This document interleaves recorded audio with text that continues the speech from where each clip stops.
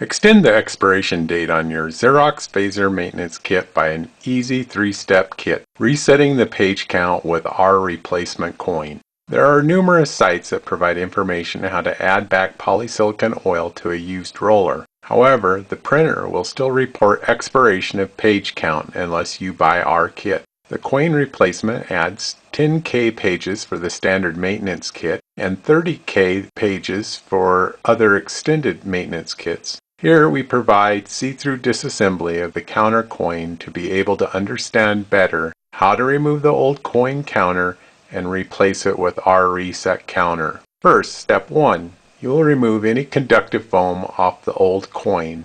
Step 2. You'll bend the tabs of the coin carrier inward by using a small screwdriver. Step 3. You will then pull the entire coin carrier with coin out of the plastic holding slot of the maintenance kit. And step 4. Swap the coin with ours and reassemble. And you have now reset the page count to new condition.